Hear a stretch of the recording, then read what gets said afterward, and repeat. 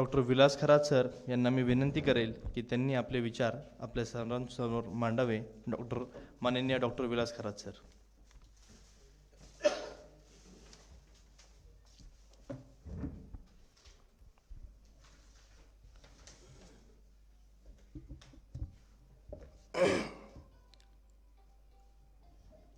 ज्या विद्यापीठाच्या नामांतर आंदोलनासाठी 16 वर्ष गेली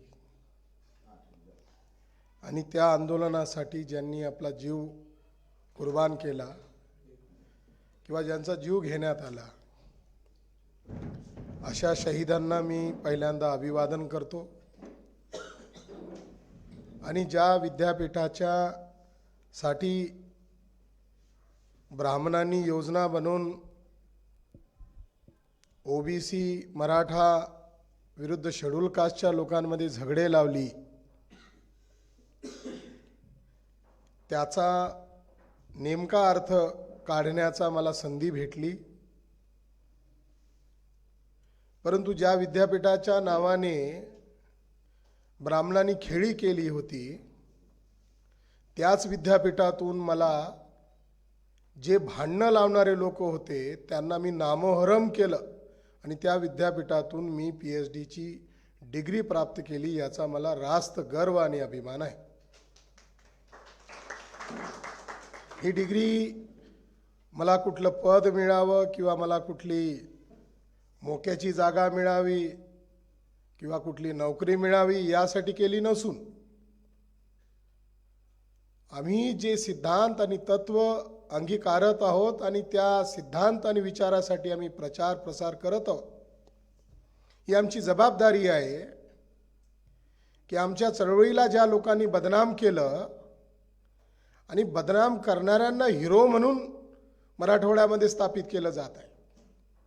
मला आठवते मी 2003ला मिलिंद कॉलेजमधून ग्रॅज्युएट होऊन बाहेर पडलो आणि 2004-05 ला मी विद्यापीठात असताना विद्यापीठाच्या लायब्ररीमधून मी सिलेबसच्या बाहेर खूप पुस्तकं वाचली. एक पुस्तक वाचण्यात आलं शेषराव मोरे नांदेडचे RSSचे, आणि शेषराव मोरे यांचं पुस्तक होतं बाबासाहेब आंबेडकरांच्या विरोधात आणि त्याला प्रस्तावना होती दत्ता भगत नावाच्या प्राध्यापकाची जो मला शिकवत होता. दत्ता भगत नांदेडचा.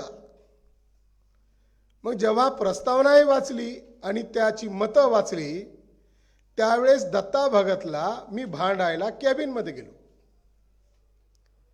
मुद्दे काढून.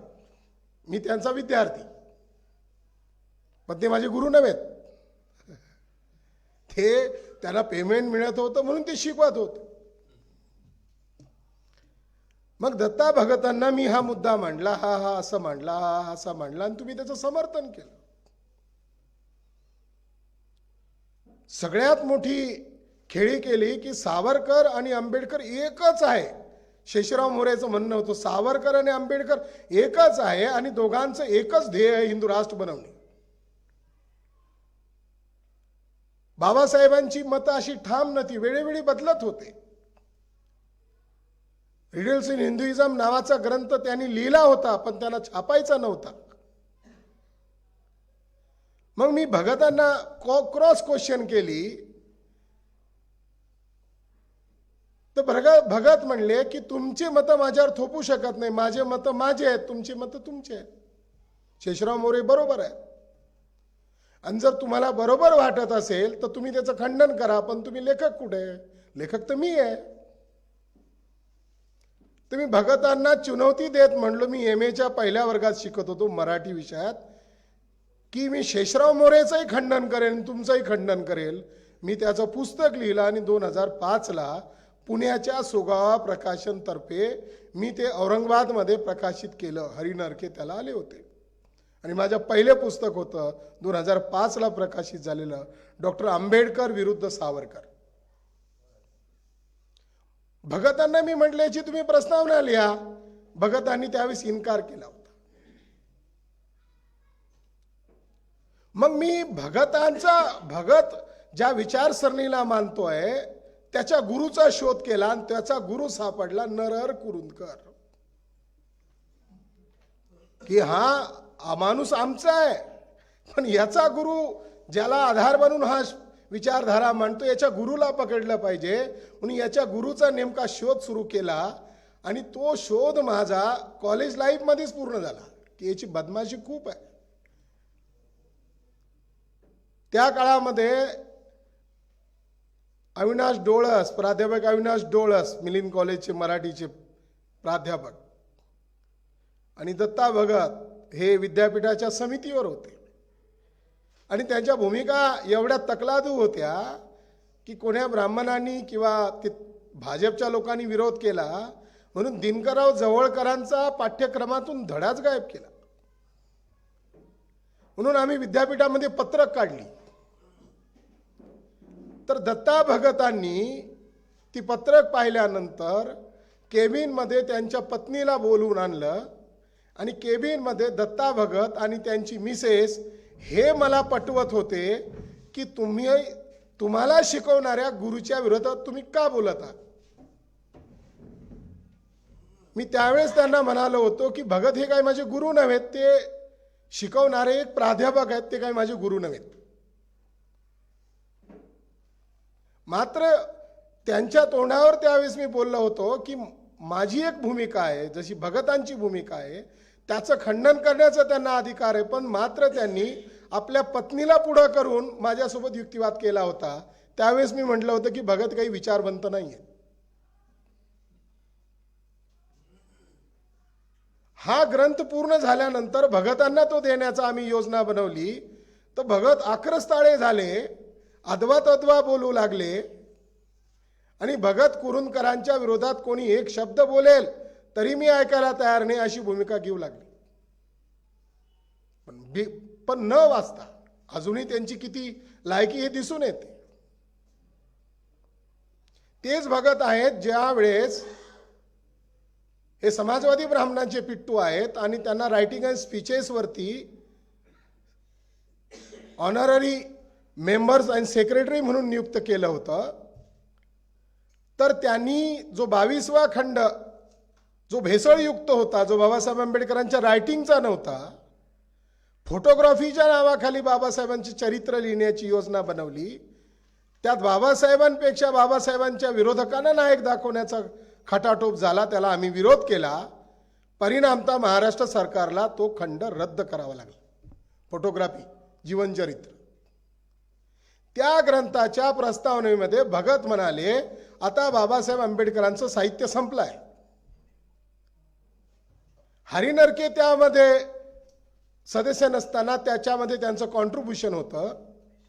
आम्ही दैनिक मूलनिवासी नायकमध्ये इश्यू चालवला की हेच हरिनरके म्हणत होते की 50 खंड भरतील एवढी बाबासाहेबांची साहित्य संपदा आहे, जे यांच्यापूर्वी सदस्य होते. आणि आता दत्ता भगत म्हणत आहेत की बाबासाहेबांचं साहित्य संपलंय. कासारे आणि कांबळे नावाचे तिसरे सदस्य आहेत, ते म्हणतात की 175 ते 200 खंड भरतील एवढे आहे. मग भगतांची भूमिका काय आहे? त्या कालावधीमध्ये पीपल्स एज्युकेशन सोसायटीच्या लायब्ररीमध्ये बाबासाहेबांच्या ड्राफ्टिंग केलेल्या काही नोट्स असलेल्या डायऱ्या सापडल्या आणि त्या आम्ही अनुवादित आणि मूळ संहितासहित प्रकाशित केल्या. आणि ही गोष्ट भगतांना आम्ही सांगितली. तुम्ही तर म्हटले की साहित्य संपले आहे. तेव्हा हेच भगत आहेत जे म्हणाले होते, आणि याचं वृत्त आम्ही दैनिक मूलनिवासी नायकमध्ये छापलं होतं. त्यांचं तोंडचे शब्द आहेत, बाबासाहेबांचं साहित्य आहे त्याचं लोणचं घाला. म्हणजे बाबासाहेब आंबेडकरांच्या विरोधकांचा वापर त्यांच्या साहित्याच्या विरोधात केला आणि त्यांच्या साहित्याला संपादित करण्याचं काम सुद्धा त्यांनी केलेलं आहे. सर हे म्हणतात की हिंदीमध्ये मेसेज येतात.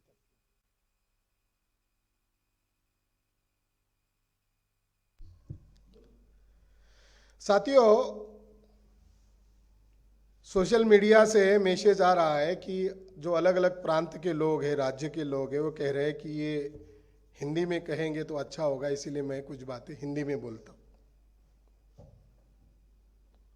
तो यही वो कुरुंदकर का चेला था जिसने कहा था बाबा साहब अंबेडकर के साहित्य के प्रति कि अगर बाबा साहब का अंबेडकर का साहित्य मिला है तो उसका क्या करो, अचार डालो।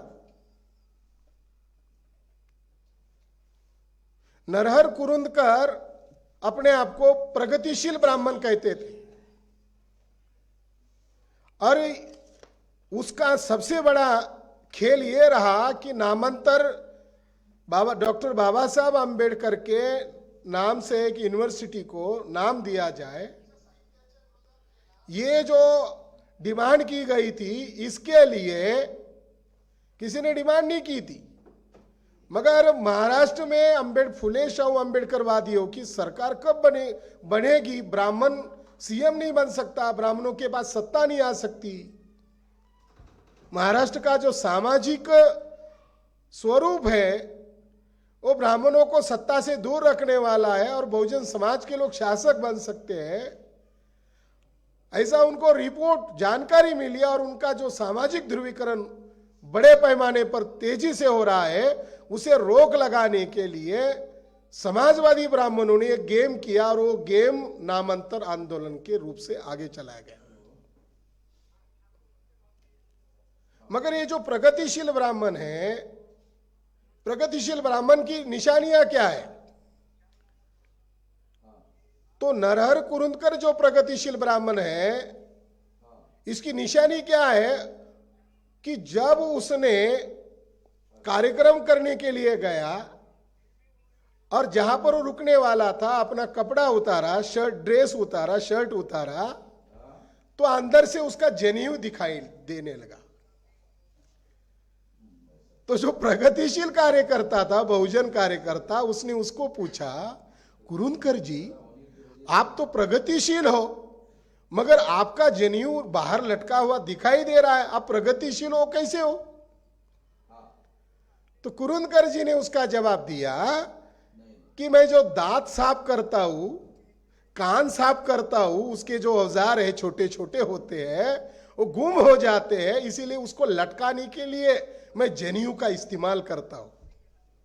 तो प्रगतिशील ब्राह्मण जो होते हैं, समाजवादी ब्राह्मण जो होते हैं, वो शब्द छल करने में, बुद्धि भेद करने में अव्वल दर्जे के बदमाश होते हैं। उसके बेटे का मुंज का कार्यक्रम हुआ, उसका कार्ड छापा गया। जब ये बात बाहर आ गई तो कुछ लोगों ने विवाद खड़ा किया, तो उसने जवाब दिया कि हम ब्राह्मणों में भी उपजातियां है, तो हम ब्राह्मणों को दूसरे ब्राह्मण निचले दर्जे के मानते हैं, तो मैंने उनका गर्व हरण करने के लिए किया बुद्धिभेद। मैं आपको उदाहरण देता हूं कि प्रगतिशील ब्राह्मण की निशानियां बुद्धिभेद करना, समाज को गुमराह करना। जस्टिस कोळशे पाटील साहब ने पूना में सावंत साहब को आगे कर एक कार्यक्रम का आयोजन किया था, जब पुरंदरे को महाराष्ट्र भूषण पुरस्कार डिक्लेयर हुआ। उन्होंने हमारे संगठन को भी अपील किया कि आपके बगैर हम बड़ा कार्यक्रम नहीं कर सकते, आपका बड़ा संगठन है, बड़ा नेटवर्क है। मगर वो गलत लोगों को भी साथ में लेना चाहते थे, तो हमारे कार्यकर्ता उनकी मीटिंग में नहीं गए। तो उन्होंने मुझे फोन किया सावंत साहब के द्वारा कि आप संगठन के तौर पर, प्रतिनिधि के तौर पर आओ। मैंने मेश्राम साहब की अनुमति ली और मैं उस मीटिंग में गया। मुशर्रफ साहब थे, जस्टिस कोळशे पाटिल थे, सावंत साहब थे। उस मीटिंग में जो कार्यक्रम पत्रिका का प्रारूप बनकर आया, तो उसमें नरेंद्र दाभोलकर की बहू का नाम था, नरेंद्र दाभोलकर के बेटे का नाम था। तो मैंने युक्तिवाद करते हुए कहा कि दाभोलकर का नाम आपको नहीं लेना चाहिए। अगर पुरंदरे के खिलाफ छत्रपति शिवाजी महाराज की, मां साहेब जिजाऊ की बदनामी इन्होंने की है, ये आप इसके लिए विरोध कर रहे हो, तो कम से कम दाभोलकर के खानदान का किसी का भी नाम इसमें नहीं आना चाहिए, और वो भी ब्राह्मण का नहीं आना चाहिए। तो कोळसे पाटिल, जस्टिस कोळसे पाटिल ने कहा, अरे वो तो उनको मारा गया है, आप वो कितने क्रांतिकारी थे, अंधश्रद्धा निर्मूलन का कार्य करते थे। मैंने कहा वो जनेऊ और चोटी काटने का तो आंदोलन नहीं करते थे, वो तो सबसे बड़ी अंधश्रद्धा है। मेरा विरोध करने की मुख्य वजह है कि दाभोलकर, श्रीराम लागू, मेधा पाटकर, ये जो प्रगतिशील ब्राह्मण है, इन्होंने मां साहिब जिजाऊ को बदनाम करने वाले ब्राह्मणों को और संस्था को पैसा दिया और उनके समर्थन में स्टैंड लिया। ये जो बात हमने हमारे समाज को जगाई है, तो कल हमारा समाज हमें पूछेगा कि कल तुम्हारे जो दुश्मन थे आज तुम्हारे दोस्त कैसे हो गए। तो उस दरमियान अंधश्रद्धा निर्मूलन समिति की तरफ से एक माली जाति का, ओबीसी जाति का एक कार्यकर्ता वहां उपस्थित था। उसने मुझे रोकते हुए कहा कि मैं आपकी बात से सहमत हूं, और उसने कहा कि आपका ही सवाल जब दाभोलकर जी जिंदा थे तब मैंने उनको पूछा था कि मां साहब जिजाऊ की बदनामी करने वाले जो लोग हैं वो खुले खुला चरित्र हनन किया है, उस संस्था को आप पैसा क्यों दे रहे, ऐसा मैंने उनको मुंह पर पूछा था। तब दाभोलकर जी ने कहा था, अरे मैं क्या मूर्ख हूं, मैं मरने के बाद मुझे कंधा देने का काम ब्राह्मण ही करने वाले हैं, इसका मैं इंतजाम कर रहा हूं। प्रगतिशील ब्राह्मण।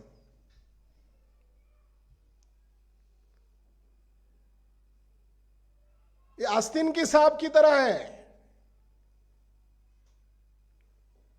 फुले शाहू अंबेडकर के आंदोलन को तोड़फोड़ करने का, मिसगाइड करने का, उसको सेग्रीगेट करने का काम अगर किसी ने किया है तो सोशलिस्ट ब्राह्मण्स लोगों ने किया है। साथियों, उस नरहर कुरुंदकर पर मैंने रिसर्च किया, संशोधन किया, उसके लिए दस्तावेज ढूंढे, तो पता चला कि केवल फुले शाहू अंबेडकर की बदनामी कुरुंदकर ने नहीं की है, सबसे ज्यादा बदनामी छत्रपति शिवाजी महाराज और संभाजी महाराज की है। देखो कितनी कॉन्ट्रडिक्टरी बात है कि जब मराठवाड़ा नाम के अस्मिता से जो लोग मराठा मानसिकता से, जाति अस्मिता से मराठवाड़ा शब्द के प्रति लगाव रख रहे थे, वो लोग इसकी छानबीन नहीं कर रहे थे कि नरहर कुरुंदकर ने छत्रपति शिवाजी महाराज, छत्रपति संभाजी महाराज और शहाजी राजे भोसले, मां साहिब जिजाऊ, इनकी चरित्र हनन किया, इनकी बदनामी किया है।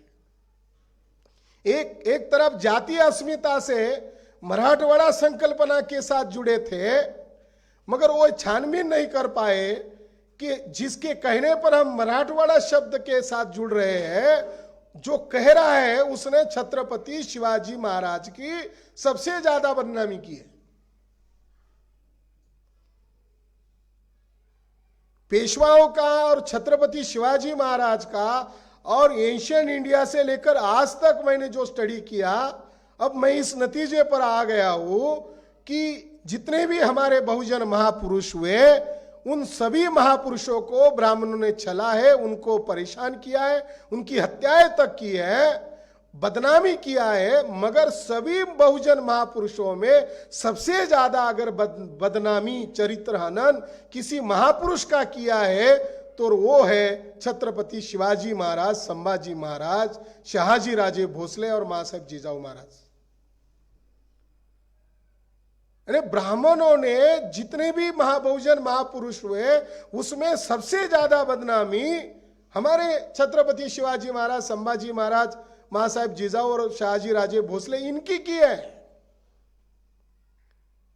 1960 में 1 जनवरी 1960 में वासी बेंद्रे जो बड़े स्कॉलर हैं, इन्होंने संभाजी चरित्र लिखा, लंदन से जाकर रिकॉर्ड लाया और नायक संभाजी, चरित्रवान संभाजी, धुरंधर संभाजी, ऐसा एक सही चित्र सामने लाया।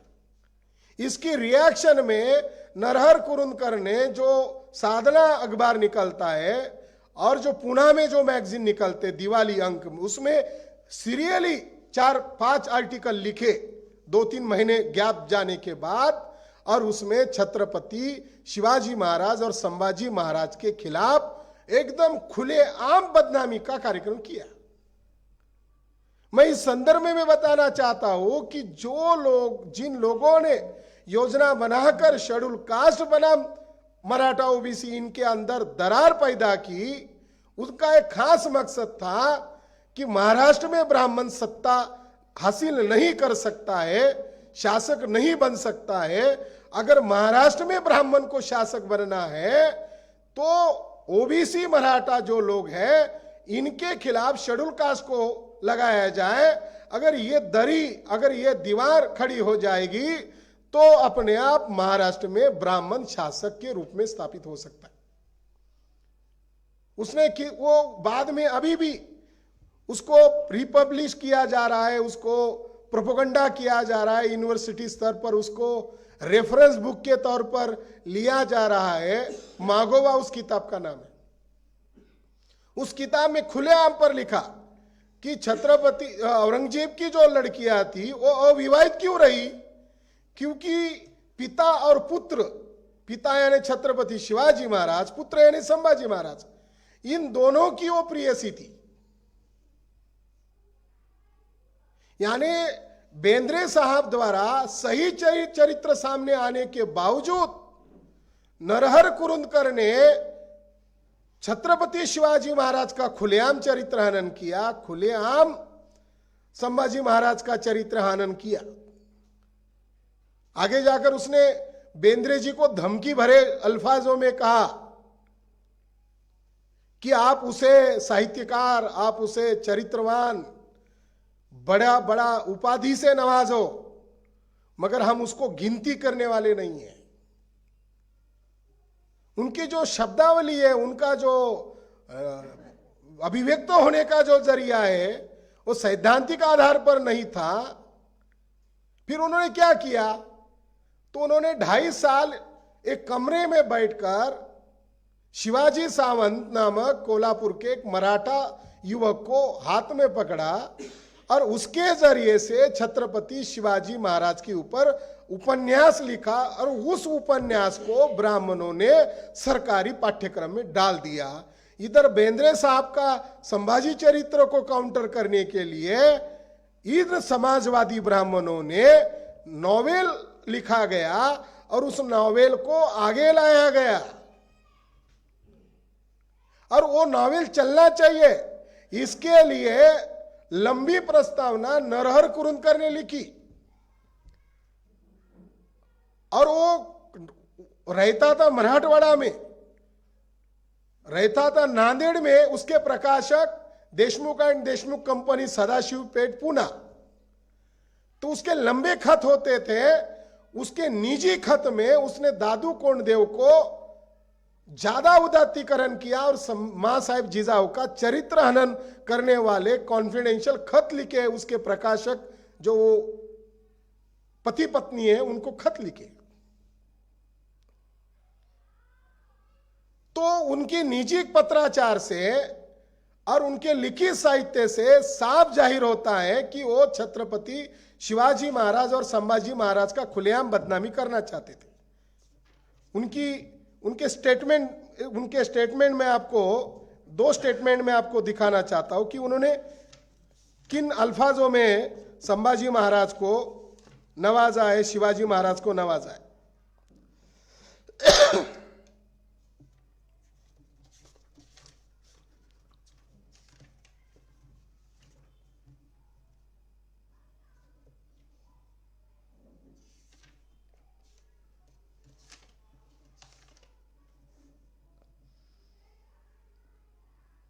औरंगजेबाची एक मुलगी शिवाजीची प्रेयसी होती असा प्रवाद आहे। ये संशोधक है, प्रवाद ये संशोधक की बोली नहीं होती, ये कल्पना है। वो कह रहा है औरंगजेब की एक लड़की शिवाजी की प्रेयसी थी, ऐसा प्रवाद है।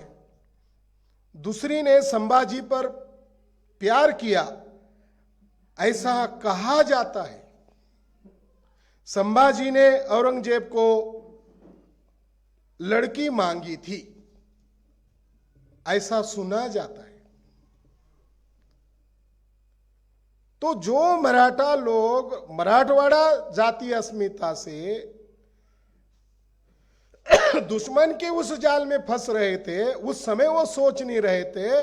कम से कम अब सोचना चाहिए कि जिसने ये लड़ाई लगाई दो समूहों में, वो छत्रपति शिवाजी महाराज, संभाजी महाराज के बारे में कितना घृणित लिख रहा है। भांडारकर इंस्टीट्यूट एक संस्था है, दूसरा भारत इतिहास संशोधन संस्था है। भारत इतिहास संशोधन संस्था ने 1915 में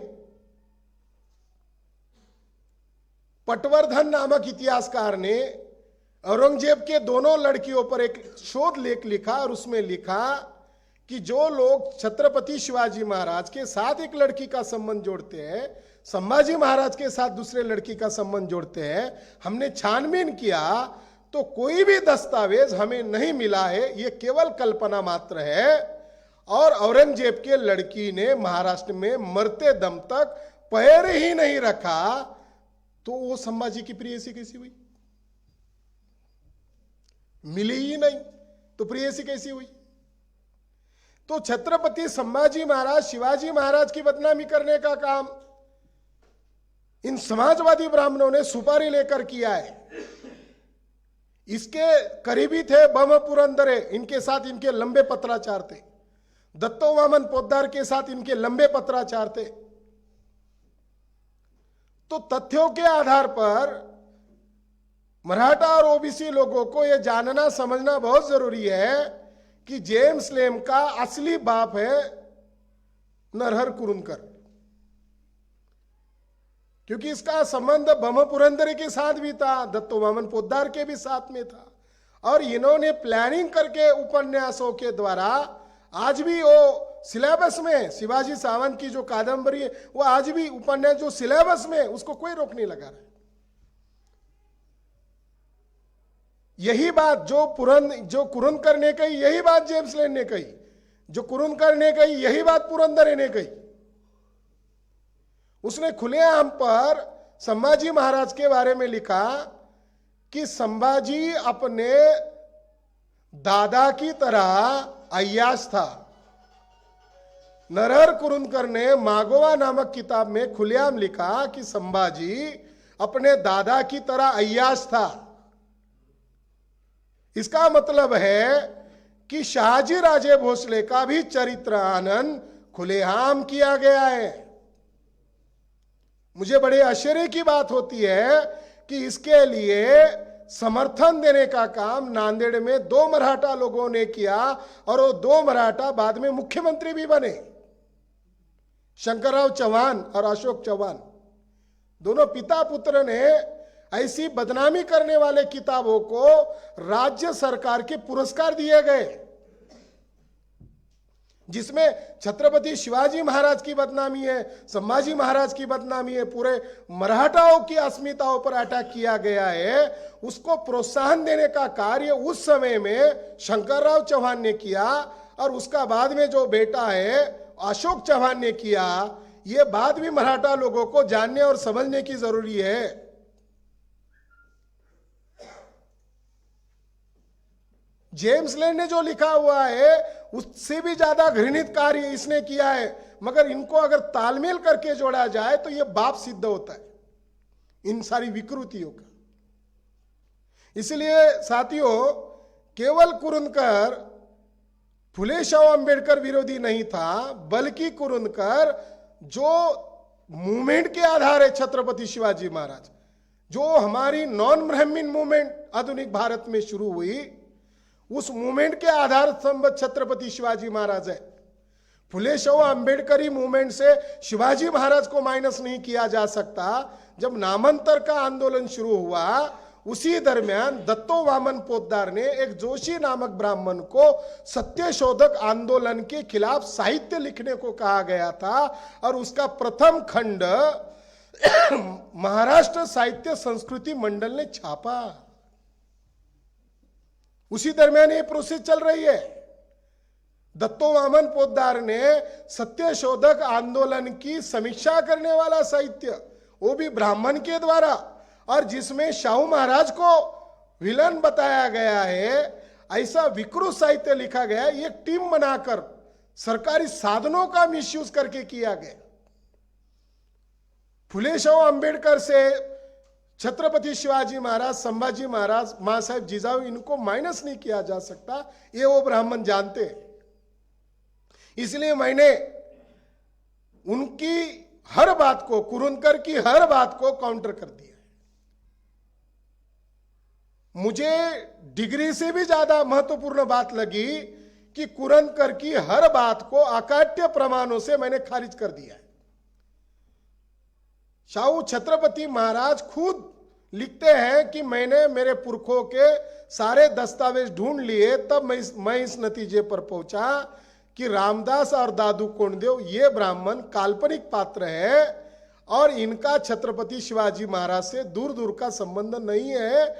ये मैं इस नतीजे पर पहुंचा, और वो साहित्य महाराष्ट्र गवर्नमेंट सामने नहीं लाना चाहती है, जिससे सच्चाई सामने आ जाएगी। और कुरुंदकर ने शाहू महाराज के ऊपर भी टीका टिप्पणी की है, शाहू महाराज का उपहास से अपमान किया है, सत्यशोधक मूवमेंट को टारगेट करने वाले स्टेटमेंट उन्होंने दिए हैं, और शाहू महाराज को जातिवादी दिखाने का प्रयास भी कुरुंदकर के द्वारा किया गया। कुरुंदकर ने महात्मा ज्योतिबा फुले के बारे में बहुत ही गंदे अल्फाजों का इस्तेमाल किया है।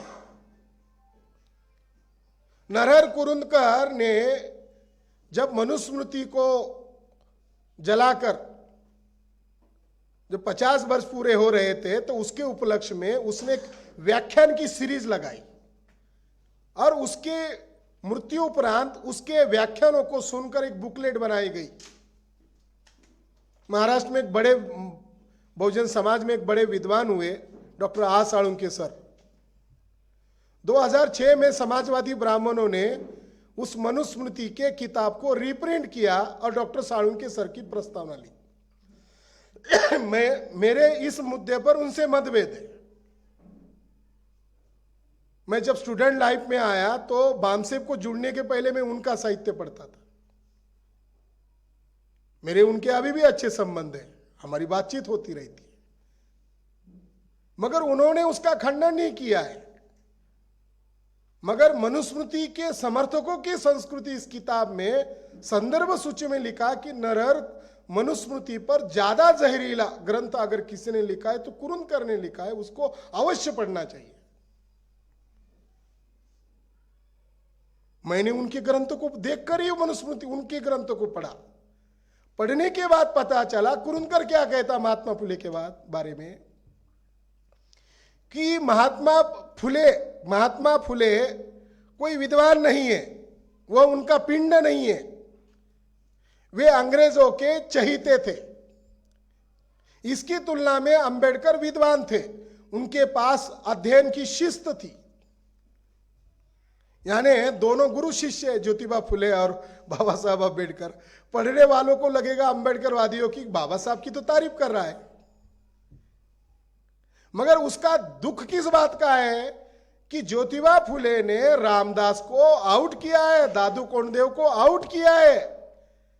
छत्रपति शिवाजी महाराज का जो काव्य लिखा उसमें आउट किया है, और महात्मा ज्योतिबा फुले ने ही भविष्यवाणी की थी कि एक समय आएगा ब्राह्मणों सुधर जाओ, नहीं तो ये शूद्र अति शूद्र लोग अगर जग गए और इनमें कोई विद्वान पैदा होगा तो ये जो मनुस्मृति है इसको वो जलाएंगे नहीं घर के अंदर, इसको वो शौचकूप में यानी संडास रूम में डालेंगे, नहीं तो चौक में लाकर उसको आग लगाकर जलाएंगे।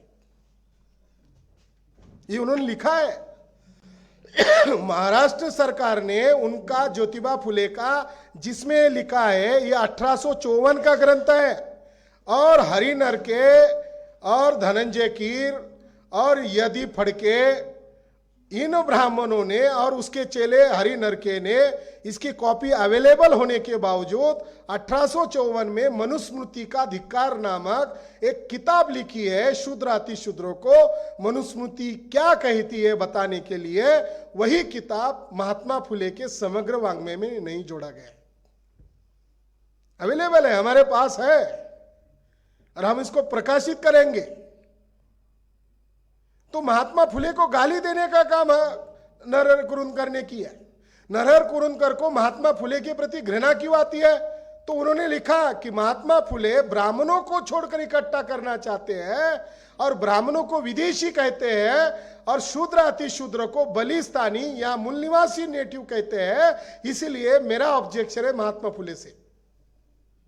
आज ये बात डीएनए ने साबित कर दी कि महात्मा ज्योतिबा फुले 200% सही है और नरहर कुरुंदकर के बात को डीएनए के आधार पर कोई वैल्यू ही नहीं रहा है। साथियों, इसलिए महात्मा फुले का अपमान करना यह सत्य शोधक मूवमेंट का अपमान है। डॉक्टर बाबा साहब आंबेडकर के अलग अलग मुद्दे पर अगर देखा गया तो उन्होंने बाबा साहब के हुएर दी शुद्रास इस ग्रंथ का विरोध किया, हुएर अनटचेबल्स जो किताब है इसका विरोध किया।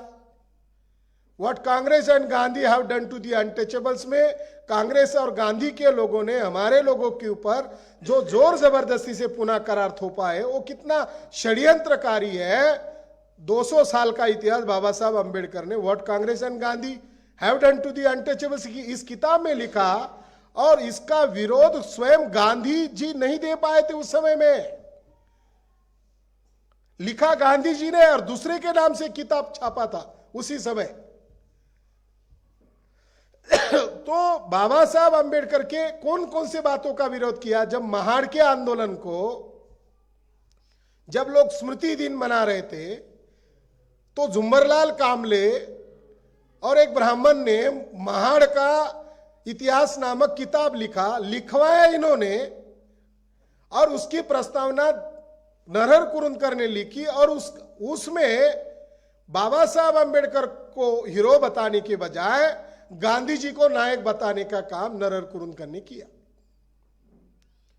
उन्होंने गोलमाल की भूमिका यह बताई कि बाबा साहब अंबेडकर हिंदू के समर्थक थे और हिंदुओं की सुधारना करना चाहते थे।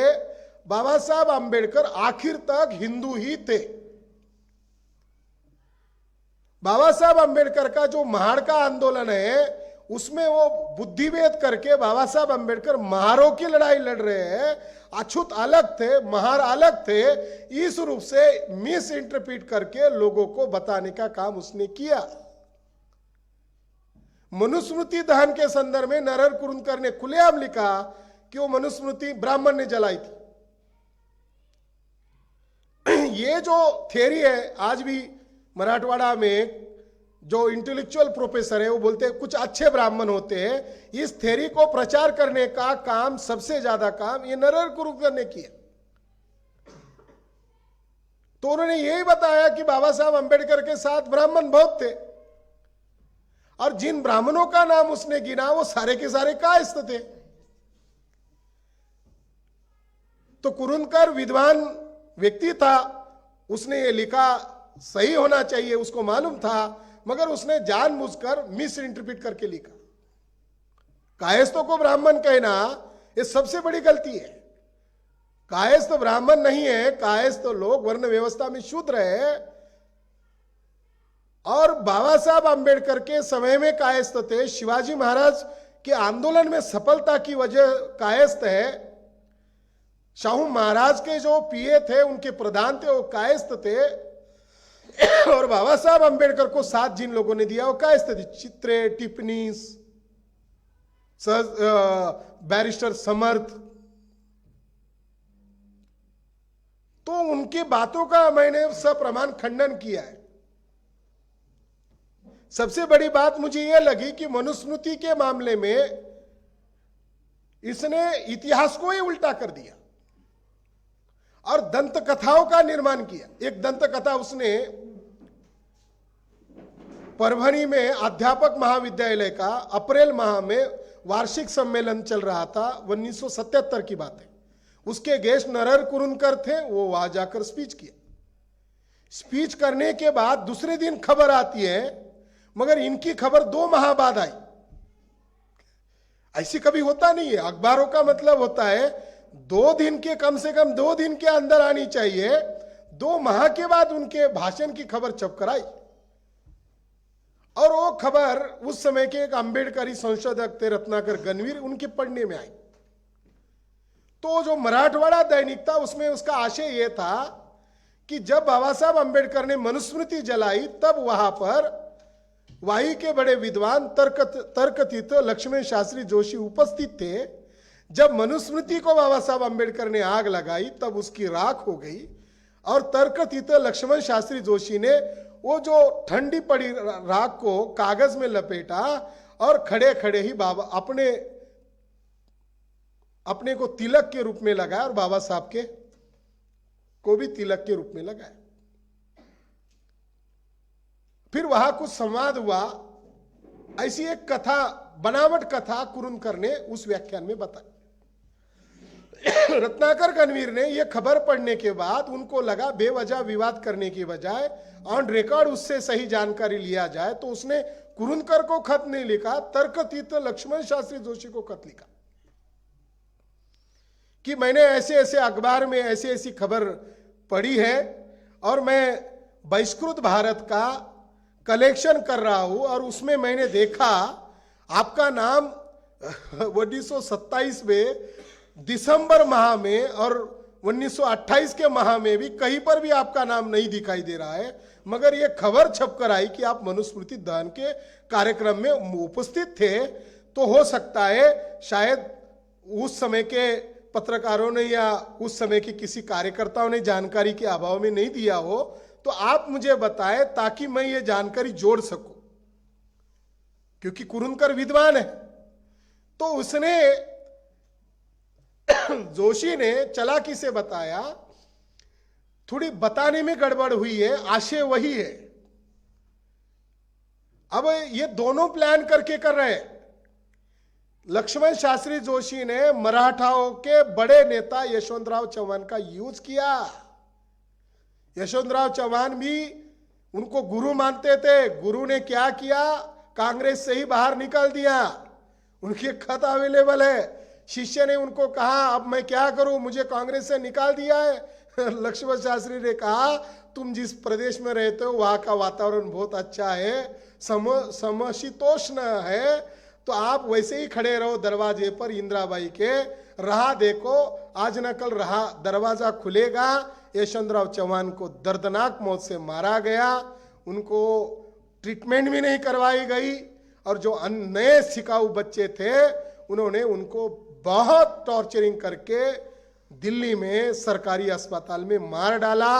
इसकी गवाही सतारा जिले से एक पवार नामक व्यक्ति, उनके जो फॉर्म है वो इलेक्शन के लिए खड़ा होना चाहते थे, उनके हस्ताक्षर लेने के लिए वो दिल्ली गए थे और उन्होंने यशवंतराव चौहान को कितना तड़पा कर मारा इसका आंखों देखा हाल अपने लेख में लिखा है और वो आर्टिकल महाराष्ट्र सरकार ने पब्लिश किया है। यशवंतराव चौहान व्यक्तित्व आणि कार्य इस किताब में पब्लिश है। तो वो जो तर्कतीत जोशी कह रहा है कि वैसा नहीं है जैसा वो बता रहे, बल्कि मैं वहां अंबेडकर साहब ने जब मनुस्मृति जलाई उसकी राख को, उसकी राख को मैंने इकट्ठा किया, उसको बांधा और मैं राजगृह गया जहां बाबा साहब अंबेडकर रह रहे थे, बॉम्बे में मैं गया और उनको मैंने जाते ही उनको तिलक लगाया, मैंने अपने आप को तिलक लगाया और मैंने एक वाक्य इस उच्चारण किया, संस्कृत में बोला। तब मुझे अंबेडकर साहब ने कहा जोशी इसका मतलब क्या होता है, तो मैंने कहा इसका मतलब होता है मरना अंति वैर संपते, मतलब मरने के बाद वैर खत्म, झगड़ा खत्म। तो बाबा साहब अंबेडकर ने जोशी को कहा बहुत अच्छा सुभाषित है, किस ग्रंथ का है, तो मैंने कहा मनुस्मृति का है। बाबा साहब अंबेडकर ने ऐसा सिर पर हाथ रखकर कहा इतने भी अच्छे श्लोक हैं मनुस्मृति में और मेरे नजर में कैसे नहीं आए। फिर मैंने उनको मनुस्मृति में कौन कौन से अच्छे श्लोक है वो बताए। बाबा साहब अंबेडकर इस पर खुश हुए। नरहर कुरुंदकर ने बताई हुई कहानी का आशय भी यही था और जोशी ने लिखित में गणवीर को लिखा गया खत का आशय भी यही था कि बाबा साहब अंबेडकर ने मनुस्मृति को पढ़े बगैर जलाई। तो जो ब्राह्मण तारीफ कर रहे हैं कहने के लिए, मगर अंदरूनी तौर पर वो चरित्र लिखने का काम नहीं कर रहे, वो मूवमेंट पर भाष्य करने का काम नहीं कर रहे, बल्कि वो उस मूवमेंट का हनन करने का, उसकी प्रेरणा को खत्म करने का, या जो हमारे प्रेरणा के नायक है उसके आंदोलन को ही खत्म करने का वो काम कर रहे। दूसरा बड़ा बवाल क्या काम किया नरेंद्र कुरुंदकर ने?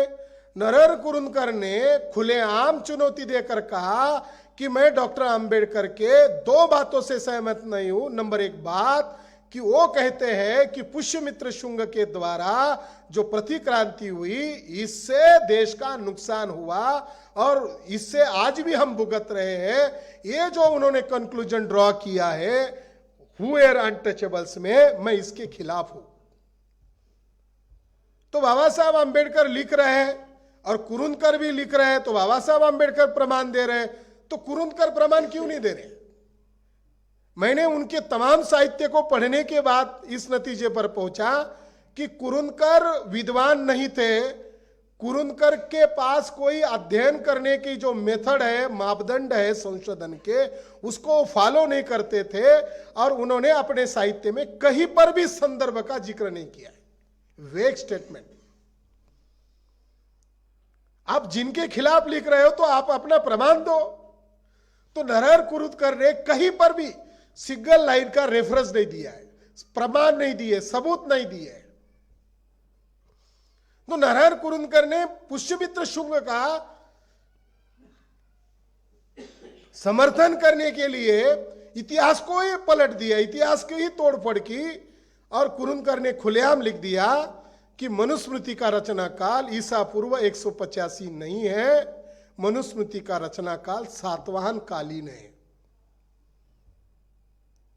अब मनुस्मृति का रचना काल और सातवाहन का काल यानी शुंग का काल और सातवाहन का काल अगर गिनती किया जाए तो लगभग ये तीसरी चौथी शताब्दी में हम एंट्री करते हैं। तो कुरुंदकर का यह दावा है कि मनुस्मृति मगध में नहीं लिखी गई, मनुस्मृति का रचयिता या उसको प्रोत्साहन देने वाला या जिसके राजकार्य काल में हुआ है वो शुंग नहीं है बल्कि सातवाहन है, और उसकी रचना महाराष्ट्र में हुई है। इसको कौन विद्वान कह सकता है?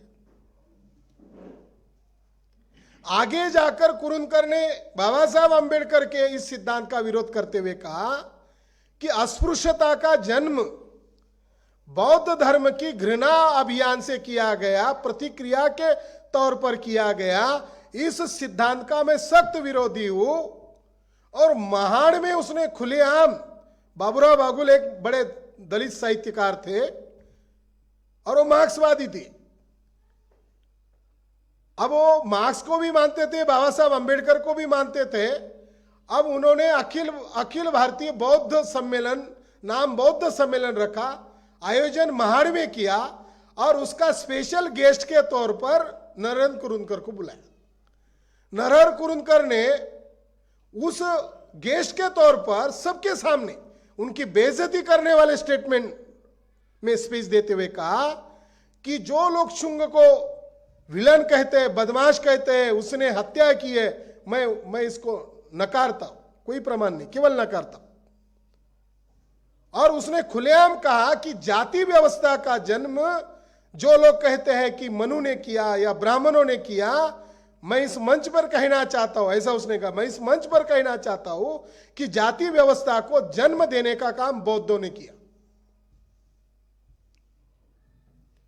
शंकराचार्य और कुमारिल भट्ट का खुलेआम समर्थन करते हुए नरेंद्र कुरुंदकर ने कहा कि शंकराचार्य और कुमारिल भट्ट ने कोई हिंसा अभियान नहीं चलाया। और आगे स्तुति में कहा, मैं डॉक्टर बाबा साहब अंबेडकर को ब्राह्मण ही मानता हूं।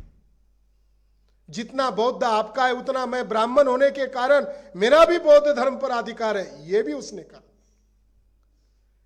तो बाबा साहब अंबेडकर ने जो वास्तविक हिस्ट्री लिखा है, यहां के ब्राह्मण लोग उसको अनुल्लेख कर रहे हैं, मगर आज दुनिया में जो आज सबसे बड़े स्कॉलर है वो बाबा साहब अंबेडकर के द्वारा जो हिस्ट्री लिखा गया है वही वास्तविक हिस्ट्री है। ऐसा मान्यता देने के लिए वर्ल्ड लेवल के स्कॉलर आज मान्यता दे रहे हैं। अल्फ हिल विटल एक आज सबसे बड़ा इंडोलॉजिस्ट है, नंबर 1 का आर्कोलॉजिस्ट है। वेरार्दी इटली का स्कॉलर है, आर्कोलॉजिस्ट है। इन दोनों ने मान्यता दिया कि बाबा साहब आंबेडकर ने जो हिस्ट्री लिखा वही सही इतिहास है, और ब्राह्मणों ने ब्राह्मणों को बचाने का काम किया। पुष्यमित्र शुंग का समर्थन करने के लिए नरहर कुरुंदकर ने उसका काल भी बदल दिया, उसका भौगोलिक इतिहास भी बदल दिया, और उसको सातवाहन के साथ जोड़ दिया। और सातवाहन जो थे इसके बारे में उन्होंने और गलत बातें लिख दी। तो मैंने ये बातें प्रमाणों के साथ सिद्ध कर दिया कि नरहर कुरुंदकर विद्वान नहीं है, संशोधक नहीं है, और उसके पास कोई अध्ययन मापदंड पद्धति जो तय है उसका वो पालन नहीं किया, बल्कि फुले शाहू आंबेडकर के आंदोलन के जागृति को रोकने के लिए प्रति जागृति करने वाला साहित्य निर्माण किया। नामांतर के आंदोलन के बारे में भी विस्तार से जानकारी लिया तो मुझे जानकारी पता चला कि समाजवादी ब्राह्मण लोगों ने डॉक्टर बाबा साहब आंबेडकर के साथ खूत होकर प्रस्ताव रखा 1957 के चुनाव में हम आपके साथ आएंगे। प्रके आत्रे, एसएम जोशी मिलने गए थे। आखिर में वो बाबा साहब आंबेडकर के पीठ पीछे कार्यकर्ताओं को शेड्यूल कास्ट फेडरेशन के खिलाफ बकवास करने लगे। बोले कि बाबा साहब आंबेडकर जीतते ही नहीं, उनके पार्टी के कैंडिडेट जीतते ही नहीं, हमें उनके साथ अलायंस करके क्या फायदा होगा। तो बाबा साहब आंबेडकर ने लास्ट जो खत लिखा और उसी नाइट उनका मृत्यु हो गई, उनकी हत्या हो गई।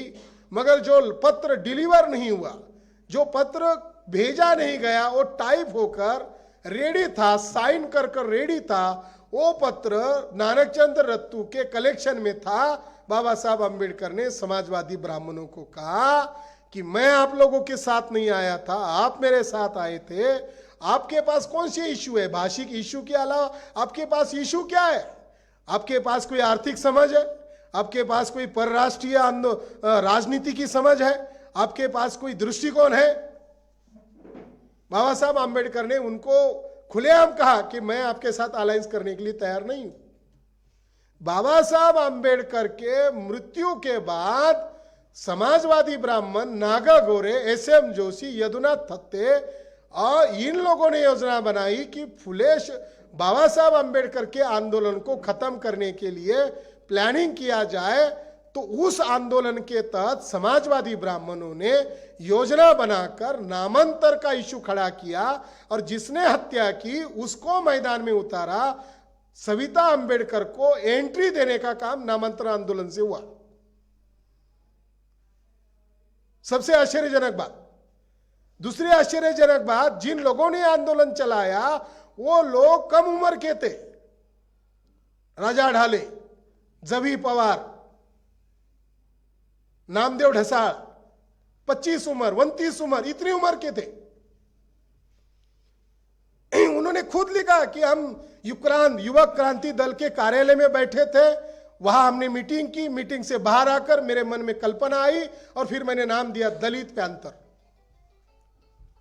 बाबा साहब की किताब पढ़कर हमें संगठन का जन्म हुआ ऐसा नहीं, वहां से। तो ब्राह्मणों ने बाबा साहब आंबेडकर के आरपीआई को खत्म करने के लिए, झगड़े लगाने के लिए दलित पैंथर को जन्म दिया, और उनकी नेतृत्व की टेस्ट होने के लिए इशू खड़े किए।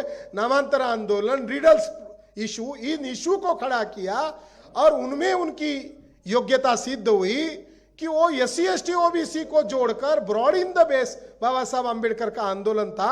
उस रणनीति पर काम करने की बजाय देवी देवताओं पर गाली देते थे और दुश्मन के इशू पर बात रखते थे, और उस इशू के कारण ब्राह्मण उनको हवा देते थे और प्रायोजित लीडरशिप समाज में थोपने का काम किया। जिस समय कांशीराम जी ये लड़ाई नेतृत्व कर रहे थे तो बामसेब का विरोध किया, और माननीय मेश्राम साहब ने उनके आर्टिकल में उस समय लिखा कि हम लोगों को, जब बामसेब के लोग नागपुर में अधिवेशन कर रहे थे तब हमारे लोगों को ऑल इंडिया से नागपुर बुलाया गया। तो कांशीराम जी ने उनकी रणनीति को समझकर औरंगाबाद के वामसेब के लोगों को कहा कि वो लॉन्ग मार्च निकाल रहे हैं, उनको खाना खिलाओ, वही रुको और फिर बाद में हम उसकी समीक्षा करेंगे। और फिर सारी तहकीकात करने के बाद उन्होंने इशू निकाला हु लीड लॉन्ग मार्च। उसमें उन्होंने सिद्ध किया कि ये जो आदमी कवाड़े या बाकी लोग जो दिखाई दे रहे हैं, ये दलित पैंथर के लोग दिखाई दे रहे हैं, इसके पर्दे के पीछे जो एनिमीज है वो सोशलिस्ट ब्राह्मण है। तो उन्होंने कांशीराम जी ने हु लीड लॉन्ग मार्च में एक शब्दावली प्रयोग किया कि वो हमारे लोगों का यूज कर रहे थे और हमारे लोग अपना यूज करने दे रहे थे। ऐसी परिस्थिति में ऐसे लोगों को एक संकल्पना से नवाजा जाता है, कोई दुष्ट भावना से यूज कर रहा है और वो मालूम है कि हमारा दुष्ट भावना से यूज हो रहा है और वो यूज होने दे रहा है। तो ऐसे लोगों को कांशीराम जी ने, उस समय के दलित पैंथर के लोगों को कांशीराम जी ने हु लीड्स लॉन्ग मार्च में लिखा, ये मेल प्रोस्टिट्यूट है जो अपना यूज होने दे रहे। 16 साल हमारे मूवमेंट को पीछे धकेलने का काम किया, उसमें मास्टरमाइंड नरहर कुरुंदकर, अनंत भालेराव, गोविंद भाई श्राफ, वो टीम और पुणे की टीम इकट्ठा होकर प्लान कर रही थी। योजना बनाकर झगड़े किए, घरों को आग लगाई गई और जो कायस्थ हैं भाई वैद्य, वो ब्राह्मण समाजवादी ब्राह्मण क्या पिट्टू बनकर काम कर रहे थे, उन्होंने नागपुर के हमारे लोगों को गोलियों से भूना, मारा। तो नामांतर के आंदोलन के साथ साथ उसने समीक्षा किया आरपीआई की। तो नरहर कुरुंदकर ये कहता है, दत्ता भगत उसको अपना गुरु मानता है, बहुत सारे लोग हैं, उसने कहा, खुलेआम कहा और अपने खतों में लिखा, अंबेडकर दलितों के नेता नहीं है, अंबेडकर हरिजनों के भी नेता नहीं है, ज्यादा से ज्यादा अंबेडकर महारों के नेता है। ये बात मैं जब वहां गया नांदेड़ में, तो वहां नांदेड़ महानगर पालिका ने उसके बड़ा पुतला बनाया और उसकी सिफारिश करने के लिए इन्होंने काम किया, अशोक चौहान। तो आज इस मौके पर मैं यही कहना चाहता हूं कि जो समाजवादी ब्राह्मणों ने बाबा साहब आंबेडकर के आंदोलन को मिस इंटरप्रेट किया, बुद्धिभेद करके फुले शाहू आंबेडकर की आंदोलन की व्याख्या गलत तरीके से की और हमारे आंदोलन को एक जाति में सिमेट कर उसको सेग्रीगेट करने का काम किया है, उसको हमने बेनकाब किया है। दूसरी महत्वपूर्ण बात यह है कि हरिनर के खुलेआम तौर पर ब्राह्मण उनको कुछ दे, इसके लिए बीच बीच में उनको याद आती है, गुरुओं की लिस्ट प्रकाशित करते। तो उन्होंने कहा मेरे गुरु कौन है, तो पहले नंबर के गुरु नरहर कुरुंदकर है, यदि फड़के। और बाद में ब्राह्मणों को लगे कि मैं उनके ही समर्थन में हूं, इसीलिए देवेंद्र फडणवीस और बम पुरंदरे ने ज्वाइंटली फोटो खींचा हरिनरके के साथ। और हरिनरके ने सोशल मीडिया पर भमो पुरंदरे के साथ फोटो पब्लिश करते हुए फडणवीस का फोटो कट कर दिया, बस बम पुरंदरे और हरिभाऊ दोनों बैठे हुए। फिर दूसरा फोटो मिला तब तीनों बैठे। तो जो उनको गुरु मानते हैं उन सभी चेलों को मेरा विनम्र चैलेंज है कि उनके गुरु की बदमाशियां मैंने एक्सपोज की है। और जैसा एडवोकेट नलावड़े मैडम ने कहा कि कुरुंदकर को घमंड थी कि मेरा मृत्यु मैंने उठाए हुए मुद्दे को जो खंडित करेगा उसी में मेरा मृत्यु है, और जो मेरे उठाए गए मुद्दों का जो सप्रमाण खंडन करेगा मैं उसकी बातों का अनुयायी बनूंगा, उसकी बातों का समर्थन करूंगा। जब वो शिवाजी राजे जाधव सिंदखेड़ राजा के उन्होंने जब पढ़ा तो उन्होंने मुझे कल कहा कि सर वो नरहर कुरुंदकर जिंदा है क्या बताओ, उसका मैं मर्डर करना चाहता हूं, भले ही मुझे जेल में क्यों न जाने पड़े। हमको मालूम नहीं था ये, हम लोग मराठा लोग पढ़ते नहीं है। उन्होंने कहा बाबा साहब अंबेडकर के नाम पर हमारे मराठा लोग दुश्मनों के कहने पर ही गए, उनको ये पढ़ना चाहिए कि महासाहेब जिजाऊ, शाहजी राजे भोसले, छत्रपति शिवाजी महाराज, संभाजी महाराज की बदनामी इन ब्राह्मण ने की है। उन्होंने गुस्से में आकर कहा हरामखोर ब्राह्मण ने की है। ये बात मैं मराठाओं को बताऊंगा और इसके लिए उन्होंने ये भी कहा कि मैं इसके लिए सड़क पर उतरूंगा और महाराष्ट्र सरकार को उन्होंने चुनौती देकर अभी उद्घाटनी स्पीच में कहा कि इस किताब पर, मागोवा और आकलन नामक किताब पर, कुरुंदकर के तमाम साहित्य पर पाबंदी लानी चाहिए। और उन्होंने माननीय राष्ट्रीय अध्यक्ष वामन मेश्राम जी को अपील भी किया है कि इस आंदोलन से उन्होंने अपेक्षा रखी है कि इस आंदोलन में संगठन साथ दे। इसलिए साथियों, मैं इस मौके पर यही कहना चाहता हूं कि हरिनर के दत्ता भगत, सुधीर गवाने वो भी मुझे पढ़ाते थे। सुधीर गवाने एक जर्नलिस्ट है जिनकी बीवी ब्राह्मण है। उन्होंने नामांतर के ऊपर किताब लिखी है। शुरू में मैंने पढ़ी, आज उसको याद करता हूं तो लगता है वो रद्दी किताब है। तो जो जो समाजवादी ब्राह्मणों के लपेट में आए उनका व्यक्तिगत लाभ हुआ, उनको बड़े बड़े ओहदे मिले, सम्मान मिला। हरिभाऊ नरके को सम्मान मिला भांडारकर संस्था का उपाध्यक्ष बनने का। एक उनका वीडियो है यूट्यूब पर अवेलेबल है। उनकी आंखों का कोई ऑपरेशन हुआ है, काला चश्मा पहनकर मेश्राम साहब की मौजूदगी में। ये पुणे के सनातनी और प्रगतिशील ब्राह्मण दोनों कैसे बदमाश है, ऐसा लंबा स्पीच उन्होंने मेश्राम साहब की मौजूदगी में किया। बाद में मुझे लिखित में सवाल भेजे कि कहां पर लिखा है कि ब्राह्मण की परछाई भी मेरे मृत्युशैया पर नहीं पड़नी चाहिए, ऐसा ज्योतिबा फुले ने कहां पर लिखा। अगर ऐसा आपने दिखाया तो मैं सार्वजनिक जीवन से अलिप्त हो जाऊंगा। मैंने उनको ओरिजिनल भेजा,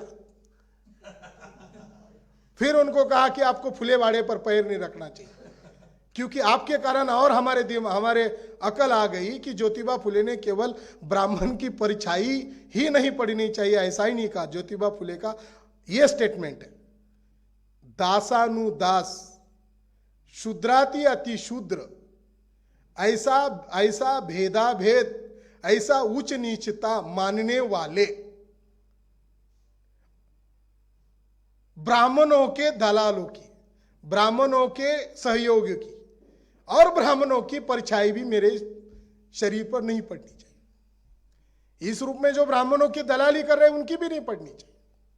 तो इस मौके पर मैं इतना ही कहना चाहता हूं कि नरहर कुरुंदकर का हमने पूर्ण रूप से पोस्टमार्टम कर दिया है और लिखित रूप में उनके चेलों को हमने भेज दिया है, मगर अभी तक कोई चेला उनका असली चेला होने का दावेदार नहीं कर रहा है। हरिभाऊ को भी हम इसकी कॉपी भेजेंगे भांडारकर संस्था पर, और बाकी उनके सभी चेलों को भेजिए। दत्ता भगत जैसे चेले को उसकी मिसेस कहने लगी कि अरे मत बात करो, उनकी बीपी हाई हो जाएगी। वो गुस्से में आकर बात कर रहे थे। मगर हरिभाऊ ने मुझे यह कहा था, जब वो बाबा साहब अंबेडकर के साहित्य का विवाद पर हमने अलग अलग ओपिनियन मांगे, तो हरि भाई ने मुझे ये बताया था। आज मैं इस बात का रहस्य उद्घाटन करना चाहता हूं। हरि भाई ने मुझे कहा कि तुम्हारा और भगत का क्या झगड़ा है। वो बहुत कुछ मुझे बोल रहे थे। मैंने उनको कहा क्या क्या बोल रहे थे, तो उन्होंने कहा था कि वो बदला ले रहे हैं मेरे से। वो यूनिवर्सिटी में टॉप थे और वो यूनिवर्सिटी में गोल्ड मेडलिस्ट हो सकते थे। मैंने उनके मार्क कम किए, शायद इसलिए वो मेरे से रंजिश कर रहे हैं, मेरे को परेशान कर रहे हैं। अभी कल परसों हमारे साथी उनको किताब देने गए तो भगत ने ये बात को स्वीकृति दिया। तो मैं भगत के कम मार्क होने से कम नहीं हुआ हूं, बल्कि मुझे ये सामाजिक कार्य करने के लिए शिक्षा पीपल्स एजुकेशन सोसाइटी से मिली है। डॉक्टर बाबा साहब अंबेडकर विश्वविद्यालय से मिली है, और मेरा सबसे बड़ा यूनिवर्सिटी बामसेप है। यहां से मैं तैयार होकर यहां आया हूं, तो मुझे उनके डिग्रियों की कोई जरूरी नहीं है। मगर हरि नरके ने एक गुप्त प्लान किया था। जब हमने इन समाजवादी ब्राह्मणों को एक्सपोज किया था तो 11 जनवरी 2011 को पुणे के अंदर समाजवादी ब्राह्मण की गुप्त मीटिंग हुआ था, जिसमें हरिभाऊ खुद मौजूद थे और कुछ औरतों को, किराए की औरतों को मेरे पर हमला करने की योजना बनाई थी, जिसमें हरिभाऊ खुद शामिल थे। तो आज वो ब्राह्मणों के कैंप में है, तो उनको भी चुनौती है कि उनके गुरु को हमने पूर्ण रूप से नंगा किया है, उनकी इज्जत बचाने के लिए आगे आ जाए, नहीं तो हम ही घोषित कर देंगे कि अब कुछ नहीं रहा है। जब मैं इसका राइटिंग कर रहा था तो मेश्राम साहब ने पूछा, जब वो परिवर्तन यात्रा पर थे, कि तुम्हारा थीसिस क्या है? तो मैंने कहा कि मेरा थीसिस कुरुंदकर के ऊपर है। तो मेश्राम साहब ने कहा कि मेरा शुरू में मेरी भी वो कर्म भूमि रही है, मैं वहाँ जॉब करता था, तो मैंने भी उसका बहुत पढ़ा है। तो मेश्राम साहब ने कहा कि अगर 100 ब्राह्मणों की, वो भी बदमाश ब्राह्मणों की लिस्ट अगर बनाई जाए तो उसमें पहला नंबर कुरुंदकर का आएगा। अगर तुमने कुरुंदकर को ही आउट किया तो फिर हम झगड़ा किससे करेंगे? तो मुझे उनकी प्रोत्साहन से, उनकी बातों से, उनके गाइडलाइन से बहुत कुछ सीखना मिला और तभी जाकर मैं ये संशोधन का कार्य पूरा किया। मुझे इस डिग्री से कोई मेरा व्यक्तिगत लाभ नहीं है, मगर जो ब्राह्मण कहते थे कि तुम लोग बोलते हो, तुम्हारे पास एकेडमिक डिग्रियां नहीं है, तो आज हमने एकेडमिक डिग्रियां भी उनके मुंह पर मारकर सिद्ध कर दिया कि अब हम आपके बहुत आगे चले गए हैं। और अभी ब्राह्मण लोग, मेश्राम साहब के पेज पर जो वर्तमान क्षत्रिय कौन है इसकी विज्ञापन डाल दिया, तो ब्राह्मण गाली गलौज पर आ गए। हम जो मुद्दे उठा रहे हैं, ब्राह्मण हमारे एक भी मुद्दे का खंडन नहीं कर रहा है। मैं इस मौके पर कहना चाहता हूं कि दत्ता भगत, सुधीर गवाने, हरि नरके या जो भी उनके चेले चपोटे हैं, कि जो इतिहास का गलत इंटरप्रिटेशन किया, उसमें मनुस्मृति का रचना काल सातवां कालीन है, यह सिद्ध करके दिखाए, मैं मेरे सार्वजनिक जीवन से अलिप्त हो जाऊंगा। और मेरा यह दावा है कि कोई चेला उनका यह सिद्ध नहीं कर सकता। बाबा साहब अंबेडकर की लाइन ही सही है। बाबा साहब अंबेडकर ने जो इतिहास लिखा वही वास्तविक इतिहास है, और बाबा साहब अंबेडकर ने जो इतिहास लिखा, ब्राह्मण बनाम नागों का संघर्ष ही भारत का वास्तविक संघर्ष है, यही वास्तविक इतिहास है। आपने मेरी बात ध्यान से सुनी, इसके लिए आभार, धन्यवाद।